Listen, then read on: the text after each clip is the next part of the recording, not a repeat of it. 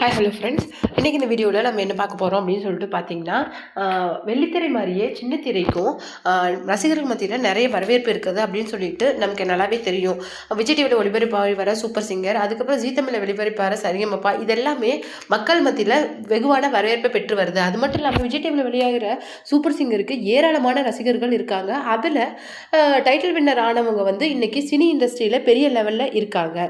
அது மட்டும் கிடையாது, நம்ம சிவாங்கி மாதிரி ஆளுங்களாம் இன்றைக்கி ஒரு ஓனான சாங் கம்போசராக கூட ஆயிருக்காங்க. இந்த மாதிரி சரிகமப்பாவும் சரி, நம்ம விஜய் டிவியில் வெளிபரப்பாகிட்டு வர சூப்பர் சிங்கரும் சரி, நம்ம சினி ஃபீல்டுக்கு நிறைய பாடகர்களாக இருக்கட்டும், இல்லை மியூசிக் கம்போசர்ஸாக இருக்கட்டும், எல்லாரையுமே கொடுத்துட்ருக்குது. அந்த விதத்தில் இப்போது ஜீ தமிழில் ஒளிபரப்பாகி வர சரிகமப்பா லிட்டில் சாம்ப்ஸில் சூப்பராக கலக்கிட்டு வர நம்ம அபிஷேகாவுக்கு ஒரு மிகப்பெரிய அதிர்ச்சிகரமான சர்ப்ரைஸ் வந்து இன்றைக்கி டிவிக்கே வந்து கொடுத்துருக்குது. அதை பற்றி தான் இந்த வீடியோவில் நம்ம டீட்டெயிலாக பார்க்க போகிறோம். வீடியோக்குள்ளே போகிறதுக்கு முன்னாடி நீங்கள் நம்ம சேனலுக்கு புதியவராக இருந்தால் மறக்காமல் நம்ம சேனலை சப்ஸ்கிரைப் பண்ணி ஃபாலோ பண்ணிக்கோங்க. வாங்க வீடியோக்குள்ளே போகலாம்.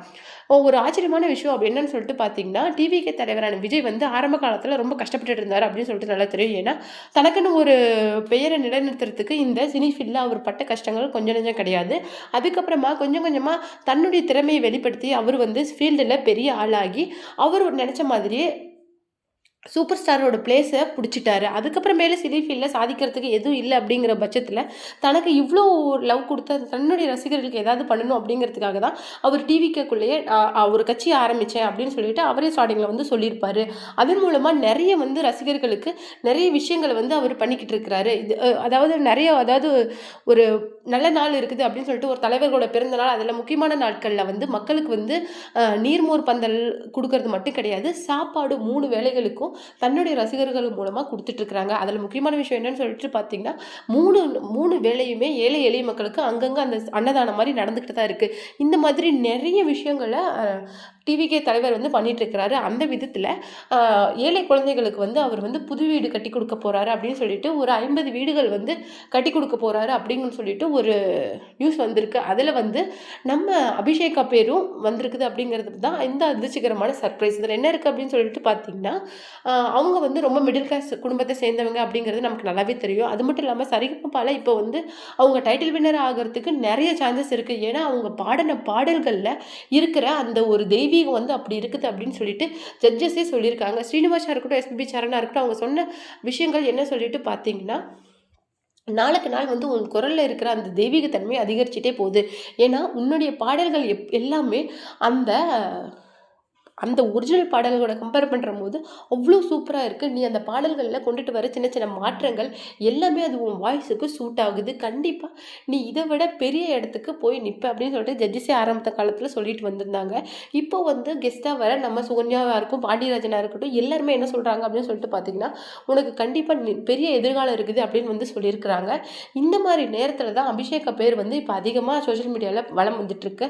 ஸோ வந்து அவங்க அதுக்கப்புறமேலே நம்ம super singer SPB super singer Charanraja இருக்காருல்ல, அவங்களுக்கு இந்த மாதிரி ஆளுங்களுக்கெல்லாம் வீடு கட்டி தர போகிறதா சொல்லியிருக்கிறாங்க. ஏன்னா அவங்க எல்லாருமே ரொம்பவும் மிடில் கிளாஸை விட குறைவான இடத்துல இருந்து வந்தவங்க, ரொம்பவும் ஏழை குடும்பத்தை சேர்ந்த அவங்களுக்கு இந்த மாதிரி அவங்க பண்ணிட்டு இருக்காங்க. நம்ம டிவிகே தலைவரோட அந்த ஏழை எளிய மக்களுக்கு கட்டித்தர வீடு வந்து இவங்களுக்கு கிடைக்குது அப்படிங்கும்போது ரொம்ப சந்தோஷமாக இருக்குது. அதுவும் சரண்ராஜாலாம் ரொம்பவும் ஒரு ஏழ்மையான குடும்பத்துலேருந்து வந்தவர். அதாவது சாப்பாட்டுக்கே வழி இல்லை, அந்த அளவுக்கு மோசமான இடத்துலேருந்து தான் அவங்க வந்திருக்காங்க அப்படின்னு சொல்லிட்டு அவங்களே நிகழ்ச்சிகளில் நிறைய சொல்லியிருப்பாங்க. இதில் ஒரு முக்கியமான விஷயம் என்னன்னு சொல்லிட்டு பார்த்தீங்கன்னா, அவர் வந்து ஆட்சிக்கு இந்த மாதிரி வரத்துக்கு முன்னாடியே ஏன் இதெல்லாம் செய்யணும் அப்படிங்கிற ஒரு கேள்வியும் இப்போ சோஷியல் மீடியாவில் வைரலாக போயிட்டுருக்கு. அது மட்டும் கிடையாது, நிறைய இப்போ அவர் கூட்டம் போடுறதுக்கு நிறைய தடைகள் வந்து இப்போ விதிக்கப்பட்டிருக்குது. முன்ன மாதிரி அவருடைய கூட்டங்களுக்கு நிறைய பேரெல்லாம் அலாட் பண்ணுறது கிடையாது. லிமிட்டெட் பீப்புள்ஸ் தான், அதுவும் அப்ளை பண்ணினா தான் கிடைக்கும். அந்த மாதிரிலாம் இப்போ வந்துருச்சு. முன்ன மாதிரி அவர் சாட்டர்டே சண்டே ஆனால் எல்லா ஒரு டிஸ்ட்ரிக்ட்லேயும் அவர் கூட்டம் போட முடியாது. அப்படியே கூட்டம் போட்டாலும் ரொம்பவும் ஒரு டிஃபிகல்ட்டான, அதாவது ரொம்ப கஷ்டம். அங்கே வந்து ஸ்டேஜ் செட் பண்ணி அந்த கூட்டம் கூடுறதுக்கான இது செட் பண்ணுறதே ரொம்ப கஷ்டம். அந்த மாதிரி ஏரியாவில் தான் இப்போ கொடுத்துட்ருக்குறாங்க. ஸோ வந்து அதிகமாக டிஸ்ட்ரிக்டில் வந்து குடுக்கறதில்ல. அதனுடைய ரெக்வெஸ்ட் வந்து அவங்க குடுத்திருந்தாலும், அவங்களுடைய டிவிகே நிர்வாகிகள் அது தள்ளி போய்க்கிட்டே இருக்குது.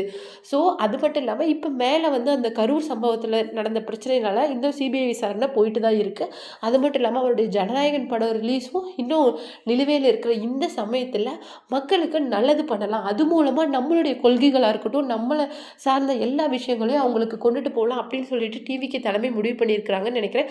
அதனால தான் இவங்க வந்து இப்போ வந்து மக்களுக்கு நெறைய விஷயங்கள் பண்ணலாம் அப்படின்னு சொல்லிட்டு இந்த தலைவர்களோட பிறந்தநாளா இருக்கட்டும், இல்ல மத்த விஷயங்களா இருக்கட்டும், இப்போ நெறைய வந்து டிவிகே தலைவர் விஜய் வந்து பண்ணிட்டு இருக்காரு. இதில முக்கியமான விஷயம் என்னன்னு சொல்லிட்டு பார்த்தீங்கன்னா, அ ஏற்கனவே வந்து 10த், 12த்ல வந்து நல்ல மார்க்ஸ் எடுத்த குழந்தைங்களுக்கு வந்து கிஃப்ட்டோட அ பரிசு தொகையாவும் நெறைய குடுத்துருந்தாங்க. இந்த சமயத்தில தான் அவர் வந்து இப்படி ஒரு அதிர்ச்சிகரமான சர்ப்ரைஸ வந்து எல்லாருக்குமே குடுத்துருக்காங்க. இந்த விஷயங்கள்ல இந்த 50 குழந்தைங்களுக்கான வீடு கட்டி தர்றது அப்படிங்கிறதுல நெறைய கண்டிஷன்ஸ் வந்து இருக்குது. அது நிவர்த்தி பண்ற அ அவங்களுக்கு மட்டும் தான் இந்த வீடுகள் வந்து கிடைக்க போகுது.